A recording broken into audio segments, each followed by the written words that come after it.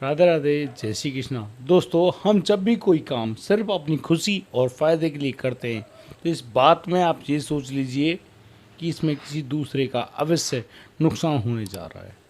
इसीलिए बार बार कहा जाता है कि जो भी कर्म करें सोच समझ कर करें, क्योंकि कर्म हमेशा लौट कर आता ज़रूर है। और जब वो लौट कर आता है ना, वो अंदर तक हिला कर रख देता है। दोस्तों, हमारे सामने एक ऐसी कहानी आई, उस कहानी ने हमारी रूह तक मार दी।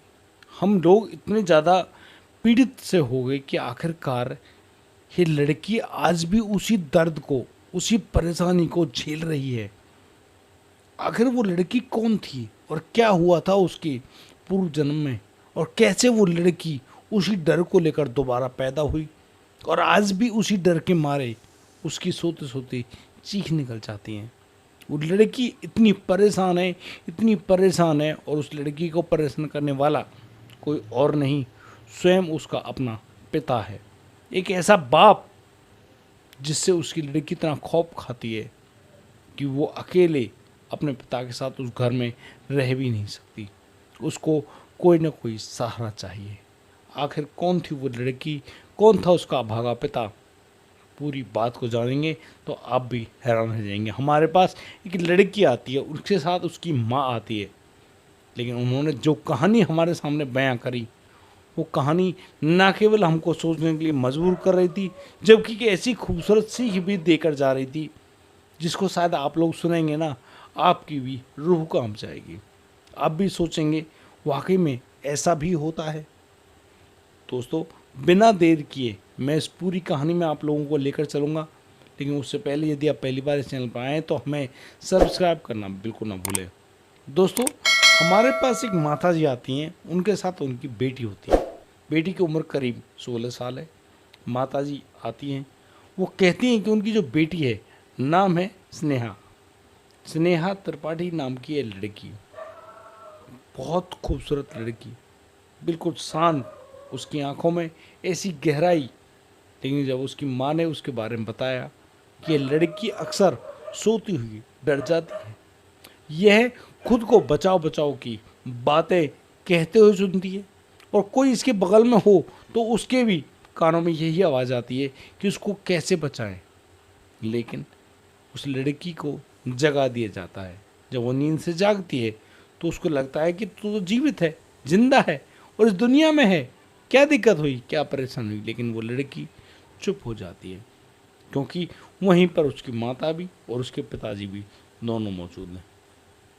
एक दिन वो लड़की अपने माँ को बताती है कि उनको उसके पिता से बहुत ज़्यादा डर लगता है, जबकि उसके पिता उस पर आज तक गुस्सा तक नहीं हुए।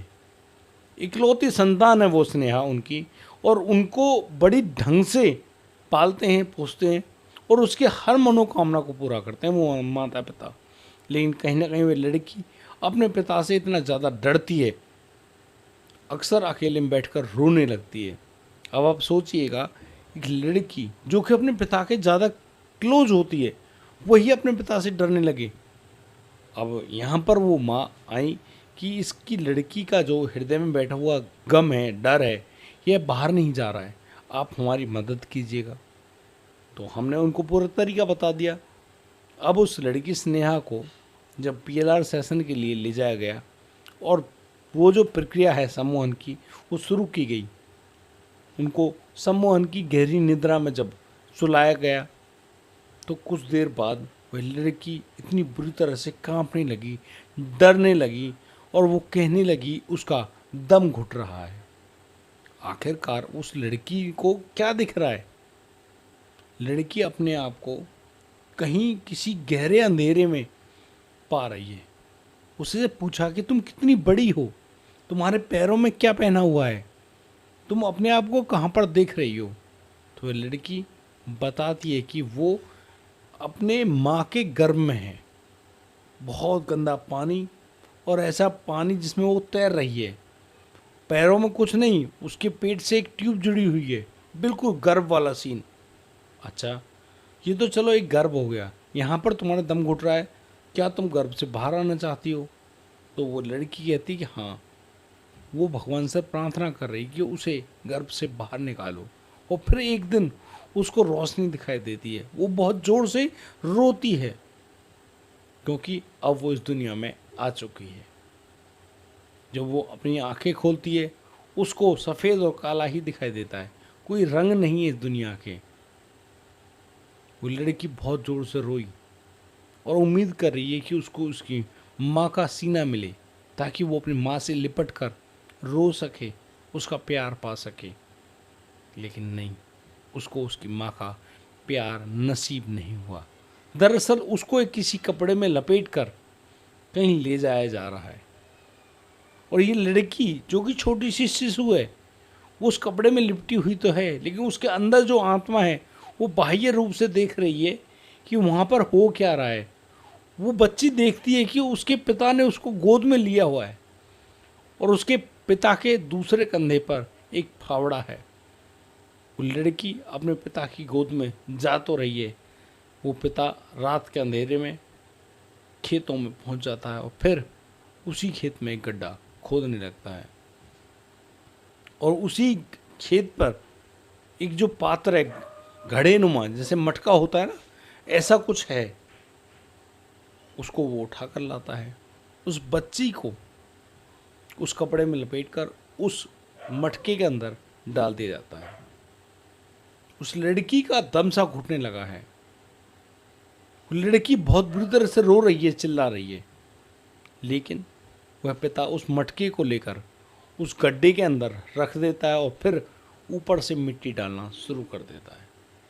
दोस्तों, अब आप सोचिएगा इस मंजर को। वो लड़की उस अंधेरे में वो जो उसका दम घुट रहा है उसको महसूस कर रही है। वो कह रही है कि उसका दम घुट रहा है, उसको सांस नहीं आ रही है, बहुत बुरी तरह से पीड़ित है। कुछ ही समय में उसकी सांसें चलना हमेशा के लिए बंद हो जाती हैं। लेकिन उसकी जो रूह है, जो आत्मा है, वो ज़मीन के अंदर से ज़मीन का सीना फाड़ कर बाहर तो आई। वो देखती है कि उसका जो पिता है वो अपने जो कंधा है उस पर फावड़ा रखकर वापस घर की तरफ लौट रहा है। वो आत्मा ये भी देख रही है कि उसकी माँ बहुत बुरी तरह से फूट फूट कर रो रही है, तुम लोगों ने मेरी बच्ची के साथ क्या किया। दोस्तों, वो लड़की फूट फूट कर रोने लगती है। अभी सम्मोहन की निद्रा में है, लेकिन उसकी आंखों से आंसू लगातार गिर रहे हैं।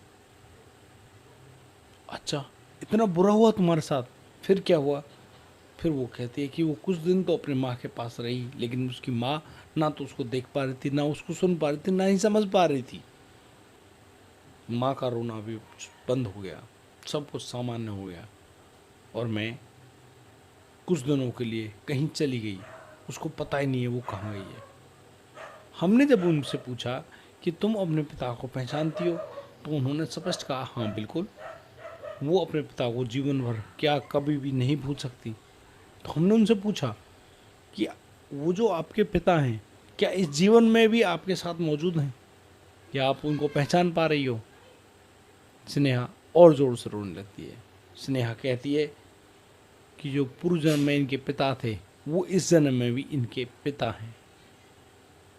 ये वही पिता हैं, हरीश त्रिपाठी, और इनको आज भी अपने पिता से उतना ही डर लगता है जो उस समय लगा था जब उसे खेत में गाड़ कर आए थे। मैं स्नेहा आज भी उनकी बेटी बनकर आई हूँ, लेकिन उसके पिता हरीश उसको बहुत ज़्यादा मोहब्बत करते हैं, इतना प्यार करते हैं कि दुनिया का कोई भी बाप अपनी बेटी से प्यार नहीं कर पाता होगा।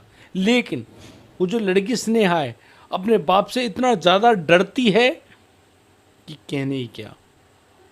वो अपने पिता की बगल में भी नहीं जा सकती। और अच्छा, ये अभी से नहीं, वो अब तो 16 साल की हो गई, लेकिन वो बचपन से ही, जन्म से ही अपने पिता की गोद में जाते ही रोने लगती थी। उसको बस चुप कराती थी उसकी माँ। उनसे पूछा कि तुम्हारी माँ जिसने तुम्हें पूर्व जन्म में जन्म दिया था, क्या उनको आप देख पा रही हो? तो यहाँ पर उसने कहती है कि नहीं, उसको उनकी माँ नहीं मिल पा रही है। उसकी माँ कहाँ है, उन्हें इसके बारे में कोई जानकारी नहीं है। लेकिन फ़िलहाल की जो माँ है वो बहुत अच्छी माँ है, बहुत प्यार करती हैं, बहुत दुलार करती हैं, बड़े प्यार से उसको रखती हैं। लेकिन ना जाने क्यों उनको उस पिता से डर ही लगता है। लेकिन अब जब उन्होंने ये कारण जान लिया कि पूर्व जन्म में इनकी जान लेने वाला कोई और शख्स नहीं था, इनका अपना पिता था, वही इनकी जान ले रहा था, उन्होंने ली भी। इसी कारण से स्नेहा उनसे डरती है। उनसे जब और पूछा गया कि तुम कुछ और जानना चाहोगी, कुछ देखना चाहोगी, कुछ समझना चाहोगी, तो स्नेहा ने साफ मना कर दिया वो कुछ नहीं जानना चाहती। लेकिन हाँ, अब वो ये समझ गई है कि उसके पूर्व जन्म में जो घटना घटित हुई थी वही है उसके दुखों का कारण। वो अपने पीएलआर में थी, उनकी माताजी के कहे अनुसार उनका भी टाइम ख़त्म होने वाला था, उनको सम्मोहन की निद्रा से जगाया गया। स्नेहा अब बिल्कुल शांत है, उनको अब कोई डर भय वाली कोई बात नहीं, लेकिन जीवन में एक जैसे खुशी होती है आंतरिक, वो साफ झलक रही है उनकी आंखों में।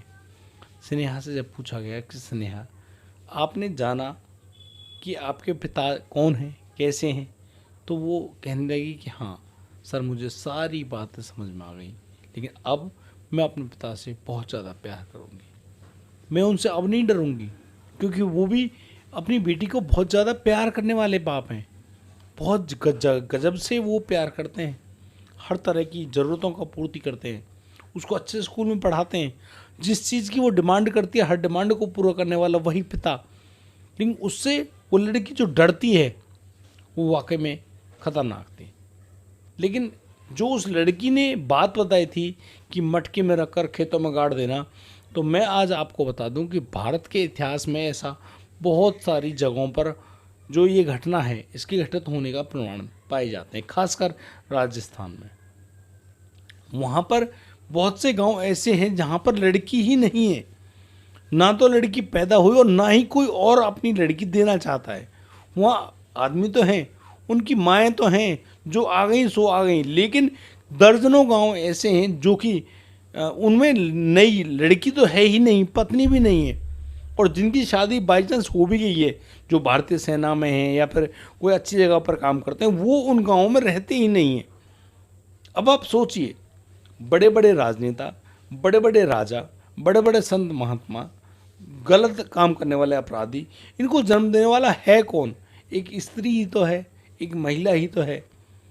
अब आप सोचिए, जब स्त्री ही ना रहेगी, ये पैदा कहाँ से होंगे? हम आप भी तो किसी महिला की देन है। अकेला पुरुष बच्चा पैदा नहीं कर सकता, अकेली महिला भी बच्चा पैदा नहीं कर सकती, लेकिन इन दोनों का साथ होना बेहद ज़रूरी है। और ये बात स्पष्ट बताया गया है कि ये तो एक महिला का, एक पुरुष का एक तारतम्य है जो इस विश्व को, इस ब्रह्मांड को संभाले हुए है। यदि सिर्फ लड़के लड़के हो गए तो क्या इस ब्रह्मांड पर रहना वाजिब बचेगा? बिल्कुल नहीं। और अगर लड़कियां ही लड़कियां हो गई तो बिल्कुल भी नहीं, असंतुलन बन जाएगा। और ये प्रकृति इस संतुलन से ही चलती है। हालांकि बहुत से लोगों ने ऐसी ऐसी प्रक्रियाओं का सहारा लिया, जैसे कि कोई महिला गर्भवती हुई, उनके भ्रूण की जांच करवाने के लिए अल्ट्रासाउंड जैसी जो अच्छी व्यवस्था है उसका गलत इस्तेमाल किया गया। उस अल्ट्रासाउंड से चेक करवाया जाता है कि वो लड़की है कि लड़का है। अगर लड़का हुआ तो रहने दो, और अगर लड़की हो गई तो पेट की सफाई करा दो, उनको ऐसी दवाइयाँ खिला दो जिससे वो भ्रूण बस मर जाए। अब सोचिए, एक भ्रूण हत्या जैसा जघन्य अपराध करने वाले लोग अपने आप को बड़े भक्त समझते हैं, अपने आप को बहुत गजब के आदमी समझते हैं। उनको लगता है कि उन्होंने कोई पाप ही नहीं किया है। अरे नहीं नहीं नहीं, इस पाप की बात नहीं, महापाप की बात बताऊंगा आपको। जिस इंसान ने कभी भी ऐसा कोई कृत्य किया है वो महापाप है, और उसके लिए आपको नरक भुगतना पड़ेगा। एक ऐसा नरक जहाँ पर आपका जो शरीर है उसको गर्म खोलते हुए कढ़ाई में जला दिया जाएगा। आप बार बार वहाँ से निकलने की कोशिश करोगे, लेकिन बार बार आपको वहीं पर खींचा जाएगा, आपको उबाला जाएगा, आपके शरीर को फाड़ा जाएगा, सारी प्रक्रियाएं की जाएंगी। आप बार बार कहेंगे अरे इससे बढ़िया तो मर जाएं, लेकिन आप मर भी नहीं सकते। ऐसा है रो रो नरक, रो रो नरक, जहाँ पर सूक्ष्म शरीर बार बार मिन्नतें करते हैं कि अरे हमें यहाँ से मुक्ति दिलाइए, लेकिन आपने जो महापाप किए हैं उन कर्मों के दंड तो आपको भुगतना ही पड़ेंगे।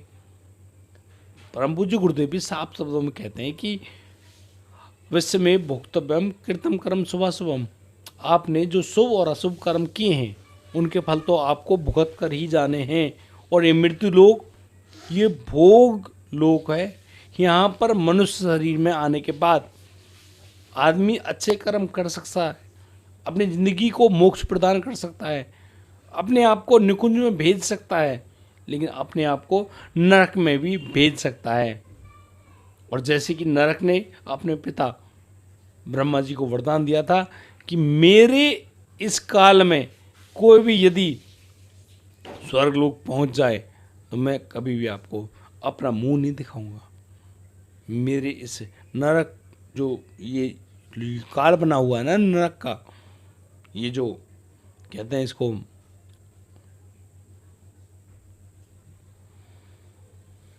ये जो काल बना है ना कलयुग का, कलयुग काल में कोई बिरला ही संत होगा जो कि स्वर्ग में या निकुंज में जाएगा, अन्यथा सभी को नरक में जाना पड़ेगा।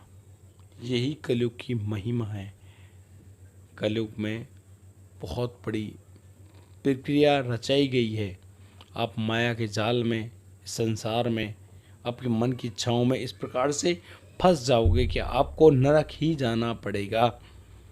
और इतनी सारी ये योनियां हैं 84 लाख, ये भी भुगतनी है। ये किसी और के लिए थोड़ी हैं, हमारे और आप लोगों के लिए ही तो हैं। तो तैयार हो जाइए। लेकिन यदि कोई भी व्यक्ति जिसने इस तरह का भ्रूण हत्या जैसा महापाप किया है, उसके उस महापाप के दंड से बचना चाहते हैं तो हमारे पास एक बहुत अच्छा उपाय है। यदि आप उस उपाय को पूर्ण रूपेण करते हैं तो आप एक न एक दिन उस महापाप से मुक्त हो सकते हैं।